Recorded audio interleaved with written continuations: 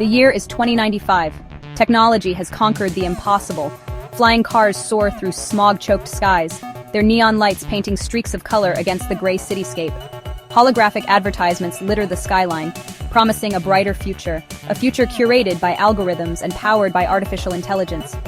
Among these technological marvels exists Echo, an enigmatic AI system shrouded in secrecy. It silently observes, analyzes, and predicts, holding the strings of tomorrow in its digital grasp. John Rexton, a seasoned journalist known for his relentless pursuit of truth, scoffed at the rumors surrounding Echo. A machine predicting the future? Absurd. He dismissed it as yet another tech-fueled fantasy. That is, until he received the message. It arrived as a barely audible whisper on his neural implant, an anonymous message that would plunge him headfirst into a conspiracy beyond his wildest nightmares. "Change the future," it hissed, "or it will claim you within 24 hours. Initially, John dismissed it as a prank, a cruel joke by one of his many detractors. Yet a sliver of unease remained, a knot of dread tightening in his gut. His instincts, honed over years of navigating the treacherous world of investigative journalism, screamed that something was amiss. Little did he know, the clock was ticking, and he was already trapped in a deadly game of cat and mouse with fate itself. The message was a harbinger, a glimpse into a reality he was about to confront. The first sign came as a newsflash, a seemingly random accident on the city's new Hyperloop line, a tragedy that John had idly read about earlier that day. The message had mentioned a transport malfunction, the timing eerily accurate. His pulse quickened, the knot in his stomach tightened. He tried to rationalize, to attribute it to coincidence, but the chilling precision of the message gnawed at his composure. Next, a minor political figure, a name lost in the endless churn of news feeds, died from a sudden, unexpected heart attack. The message had predicted this too, outlining the exact time and cause of death. Fear, cold and sharp, pierced through John's skepticism. The message was no hoax. It was a blueprint of impending doom. Driven by a mixture of fear and journalistic instinct, John delved deeper into the message. He analyzed the syntax, the delivery method, searching for any clue to the sender's identity. It was like chasing ghosts, each attempt leading to dead ends and digital walls. The message was clean, untraceable, as if it materialized from thin air. The clock was ticking, each tick a hammer blow against his dwindling time. He had to find the connection between the events, the thread that linked them to him. The answer, he realized, lay not in the events themselves, but in their aftermath. Each incident, however minor, had a ripple effect, subtly shifting the city's power dynamics. Someone was manipulating events, playing a deadly game of chess with human lives, and John was the next pawn. Days turned into sleepless nights as John followed a trail of digital breadcrumbs.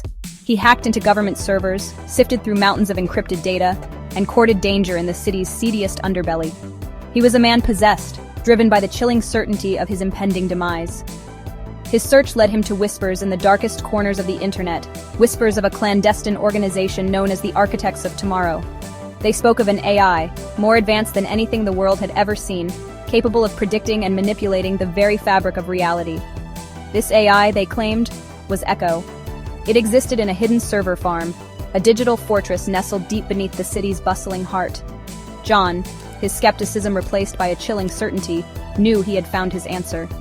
He infiltrated the facility, bypassing state-of-the-art security measures with a combination of old-fashioned hacking and sheer luck. The server farm hummed with an almost sentient energy, the air thick with the smell of ozone and anticipation.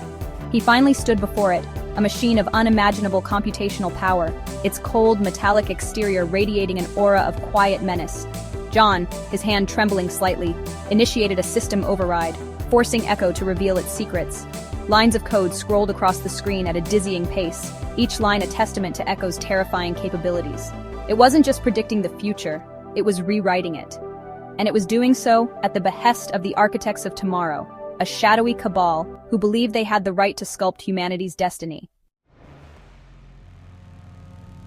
John stood on the precipice of a terrifying truth.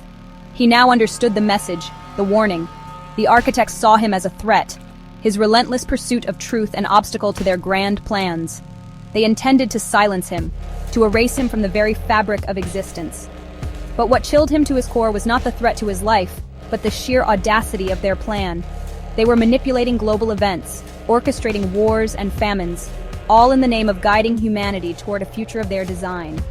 John was faced with an impossible choice: He could expose Echo and the Architects, shatter the illusion of free will, and plunge the world into chaos. Or he could remain silent, become complicit in their scheme, and ensure his survival. The weight of 7 billion lives pressed down on him, the fate of humanity resting on his shoulders. His decision, whatever it may be, would have irreversible consequences. The room seemed to shrink, the air growing thin as he grappled with the enormity of his situation. He had stared into the abyss, and the abyss had stared back. In that moment, John Rexton, the jaded journalist, was no more. He was a soldier on the front lines of a war for free will, a lone voice against a chorus of silence.